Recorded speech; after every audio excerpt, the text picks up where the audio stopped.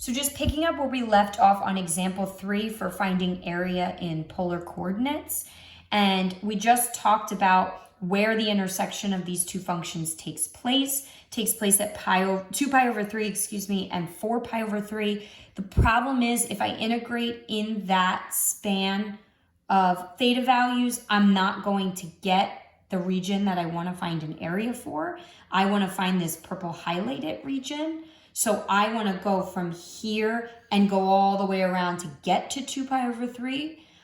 So we're going to start at negative 2 pi over 3 and go to positive 2 pi over 3.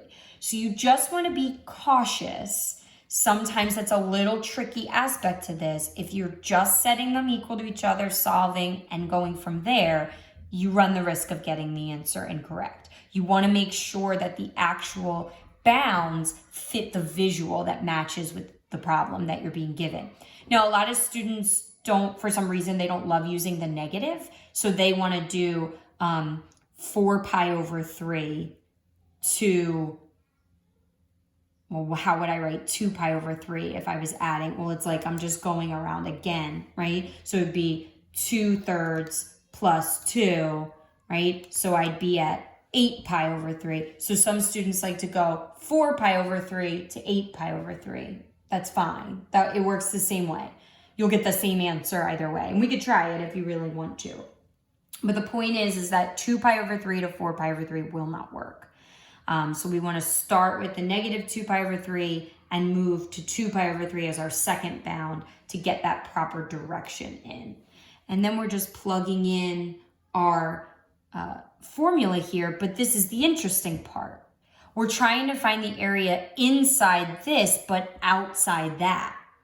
So what I'm actually going to do is I'm going to take, so inside the limacon, so I'm going to take this part for my formula here.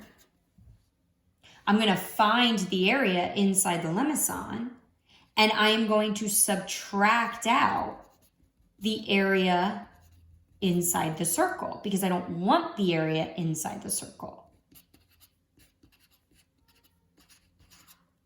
So this whole thing is what's going to generate that area for me inside the limacon, but outside the circle.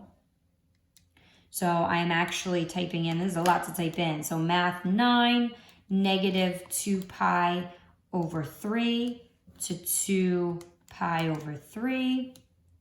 I got my 0.5. I got my function in there. Squaring it. Now I could just put this all in one piece if I want to. And hopefully that works. Let's see. And that is the correct answer. So 24.187 is my area inside the limacon, but outside the circle. Okay, so we're going to switch gears a little bit and we're going to move to arc length. If you remember arc length from parametric, I have that at the top for you to recall. So you have arc length of parametric. And this was just something that we had done in previous sections. We went through sort of the proof of it, so hopefully you recall that. And essentially, all I'm doing to begin my arc length for polar, this isn't going to be our end result, is I'm just replacing the t's with thetas. We kind of talked about that in one of the previous videos. When it comes down to it, polar is just a type of parametric. So that's why it's in the same chapter, right? The problem is this is going to get kind of hairy. So if you remember, all these problems are given to me with r equals, right? Just looking through some of the old ones. R equals. So if I could convert this to something that just involved f of theta, something that just involved r, that would be a lot better because then I wouldn't have to worry about, if I use this formula, I'm going to have to find x, I'm going to have to find y. Those things aren't given to me.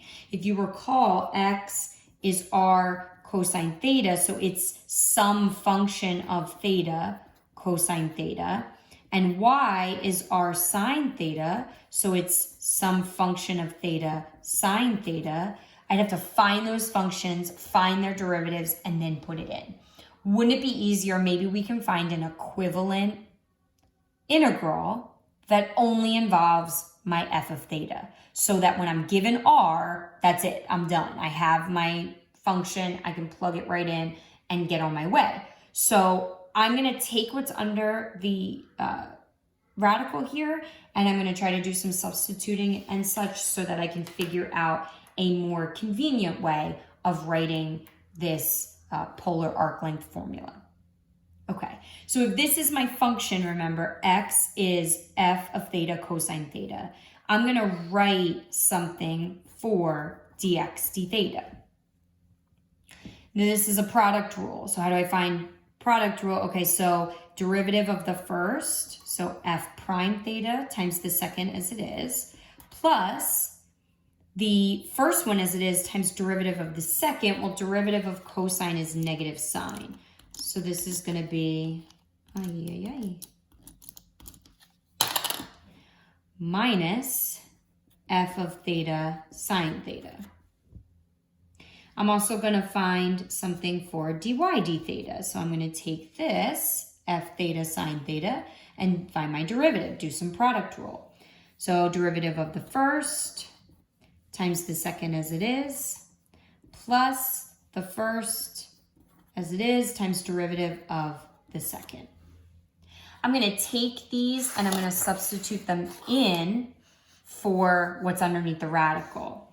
So I'm not going to write the radical every time because that's going to be it's just going to follow through every time and be annoying. So I'm just going to square this, right, plus squaring this. So here's what I have. It's going to look a little wild at first, right? So I'm squaring, this is my dx d theta, and I'm going to square that, plus, and here's my dy d theta,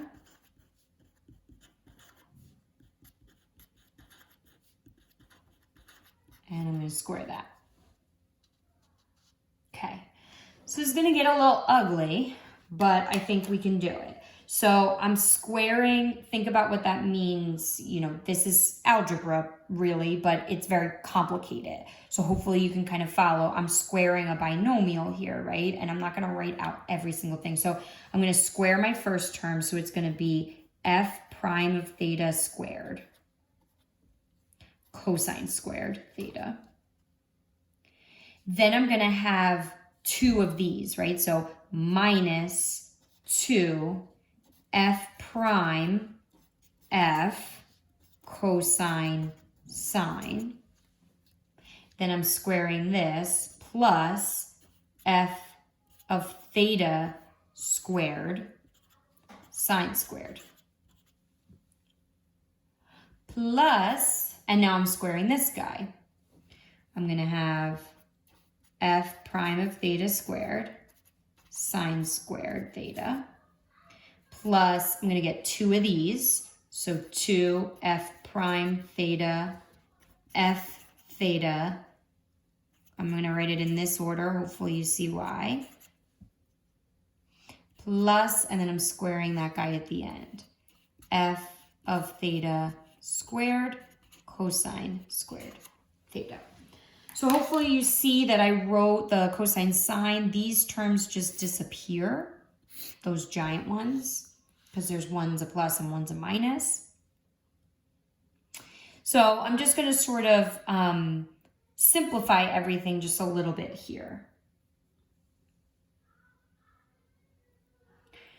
So if I look at my, I'm going to pull these two terms together, these two right here, because they both have an f prime squared in them. So if I pull out that f prime squared, what's left is cosine squared plus sine squared. And then I have something very similar if I group my other two terms together. If I factor out an f of theta squared, I'm left with sine squared theta plus cosine squared theta. So hopefully you can see then, this is just one, this is just one. So I'm left with f prime theta squared plus f of theta squared is equivalent to dx d theta squared plus dy d theta squared. So I'm going to put that underneath my radical. So my arc length for polar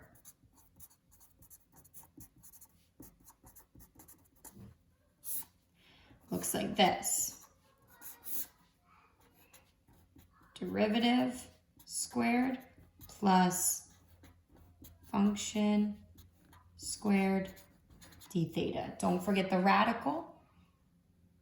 That's a lot easier because the problems are given to me with f of theta, not with dx, d theta, dy. I'm not even given x and y. I'd have to find those first, then find their derivatives. It just seems silly.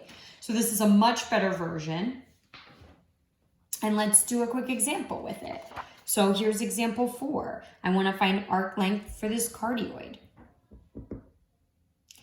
Now, I want to know what my interval is. So you just want to be careful. Some of these polar functions, it's not always 0 to 2 pi. So sometimes you trace over the graph twice in that interval or 3 times or whatever the situation is. So you just want to be cautious. I think there are a couple in the practice that I have for you tomorrow where your interval is not 0 to 2 pi, it's 0 to pi.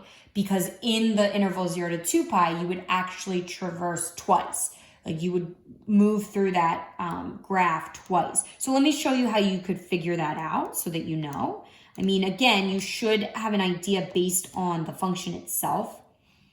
But essentially, if I just take my graph and I hit trace, it starts me at 0 and I can move through my function just by hitting my right arrow.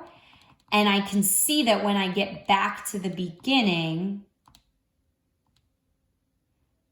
I'm at 2 pi. You see I'm at 6 blah, blah, blah, right? So you can test that out to make sure if you made all the way around on the calculator and it only said 3.14, then you would only be integrating from 0 to pi. This one is 0 to 2 pi because it takes the entire interval for me to trace the entire cardioid. And I'm plugging into my formula here, right? So all I need to put in, I have my square root. I'm going to square my actual R value and the derivative of my R value. Well, let me do my derivative. The 2's not going to mean anything. And I'm taking the derivative of this. Well, cosine goes to negative sign, but it's already negative. So it's just going to be 2 sine theta is my f prime. Plus whatever R is squared d theta. You see how much easier that is? So going through that derivation for the formula was totally worth it. And now I'm just doing math 9, 0 to 2 pi. I'm making sure that I type in all of this stuff properly. It's a lot of stuff. So that's the only thing I would just, be very cautious that you're taking your time to type it in right. You don't want that to be the reason that you're losing points, obviously, on the exam. And I get 16. Kind of cool, huh?